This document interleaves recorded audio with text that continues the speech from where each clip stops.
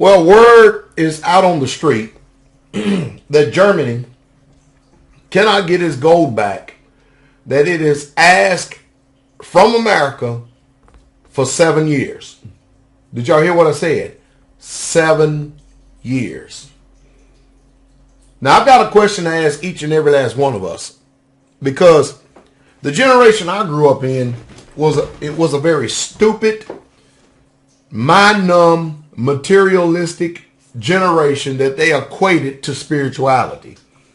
And what I mean by that is that people believed that their life consists in the abundance of things in which they possessed. And the truth is, my generation was so dumb and so stupid. And you say, well, Pastor, I'll define your generation.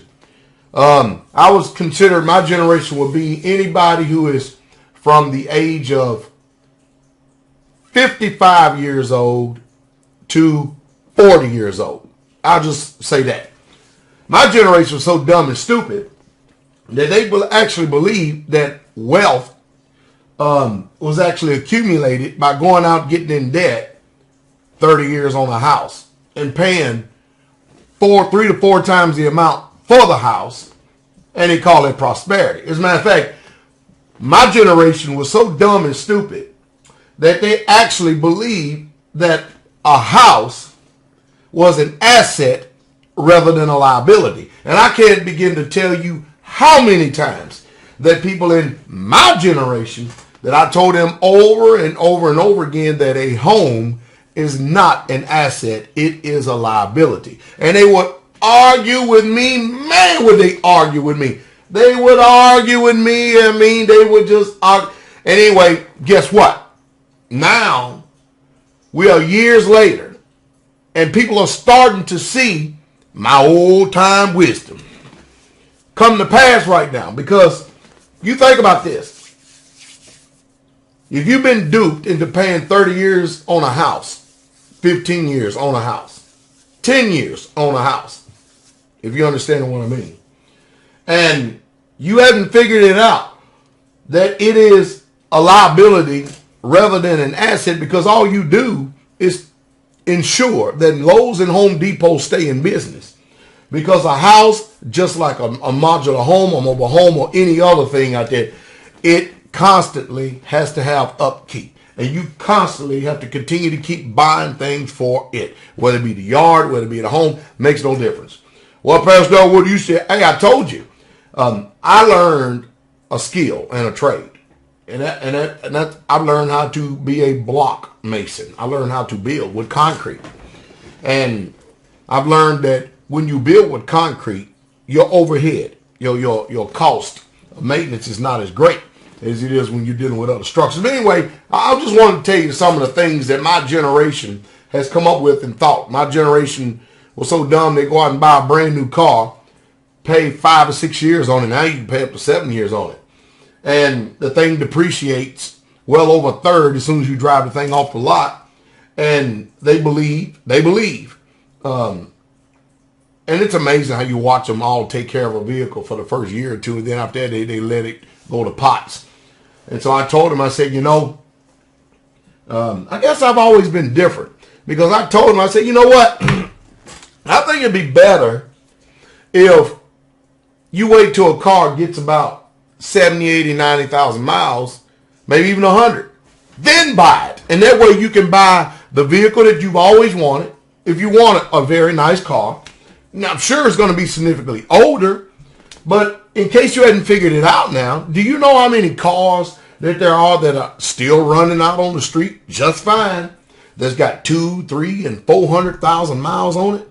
I mean, you can buy a car right now that's got 70, 80, 90,000 miles on it, and that thing will still run. Did you hear what I said? Will still run very well up to a 200 and 250,000 miles, providing that all you have to do is the same thing you do with a newer car. Keep up the maintenance.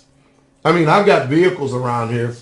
I had an old car, BMW. It had 225,000 miles on it. I didn't know it had a serpentine belt. I thought it had a chain, but the serpentine belt went out on it, but it was no loss because the car's been paid for years on end. And it's just sitting down there. So anytime I want to put an engine in, all I got to do is just maybe stick $2,000-$3,000 in the vehicle, put an engine in it, and I'm good to go for the next 5 years. Wow. And I've got a truck out here. It's got like 270,000 miles on it. And I can drive everything from here to California right now and not have one mechanical worry. Huh? And guess what? It's got a ring to it that no other car has to. You know what that ring is? It's called paid for.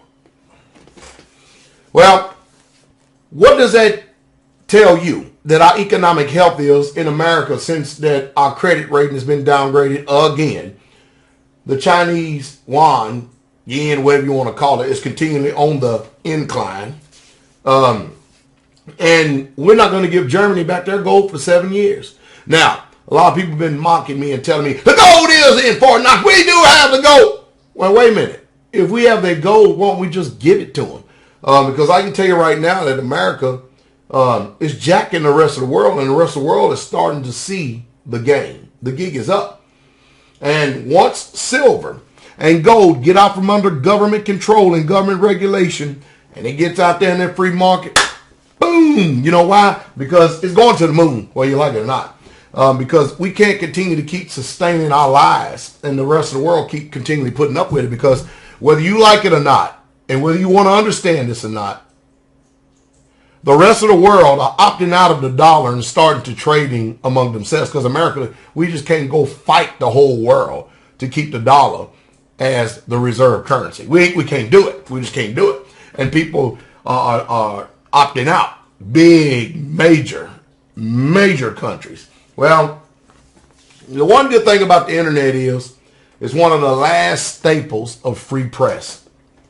It's one of the last staples of where the actual free market is totally free, where you can actually get on here and say what you want to say, especially if you have your own system, and I'm working on that too.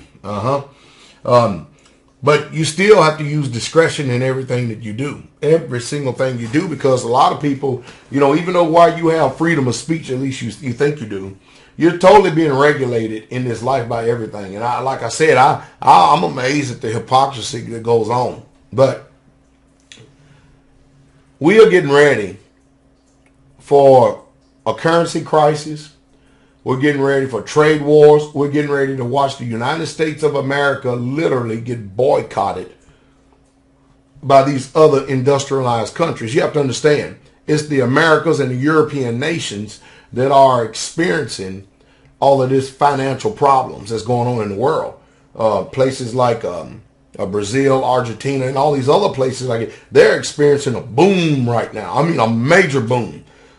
It's not everybody in the world where the system is literally contracting. It's America. It's the European nations that are feeling it. Now, I mean, we're feeling it hard. And I think that the generation that's coming behind me is going to be a lot more intelligent, because, you know, there's an old adage. Let me tell you what the rich folks do. The rich folks, you know, when they get up to where they have like 7 digits, you know, 10, 20, $30 million or something like that. Some of them may even do it at 5 million. And then those who got like deep pockets, like $1 billion or 500 million or 300 million. When you start getting up numbers like that, you know what these rich folks do? These rich folks, while they control everything, they own nothing. That's why if you go to a rich person's homes and their cat scratches you and you want to go and sue them, many of them actually put the cat in a trust to where they can't be sued because they're not liable for the actions of the cat. And only thing you're going to get out of that whole entire situation is maybe the cat. See, they don't tell you and I stuff like this. This stuff's got to be researched out. You know, they control everything and they own nothing. And that's the best thing to do nowadays, is actually control everything and own nothing, because, hey, the generation behind me, hey, if you can rent a home, sure you're putting your money, if you use that concept, in a bag with holes. But the one thing about it is you're not liable for anything. You're not liable if if you're renting an apartment and the whole damn thing burns down, you're not liable for that and stuff, because the people who actually own the building, I'm sure they have fire insurance, which you don't have to pay. Now, would they probably want you to live there again so you can burn down another one? No, but at least one thing, you're renting, you're not liable for nothing. So, and that's the only real way that we can actually really, in the generation and the time that we're facing right now, that we can actually have control of things in life, because owning things has a great liability to it, and we live in a sue happy country. Well, it's almost sue happy, because the doctors can practice malpractice and you can't sue nothing nowadays, because the government protects them. But the U.S., we're hurting bad. We're hurting bad, and we're getting ready to get a lot of tariffs put up on us and stuff because of our actions across this world. I think the whole world has done finally caught on, and they done found out and finally seen that the gig is up, that America is nothing but a bunch of liars, that our politicians has actually literally deceived the generation that has come behind me. We got students saddled with debt that they can't pay.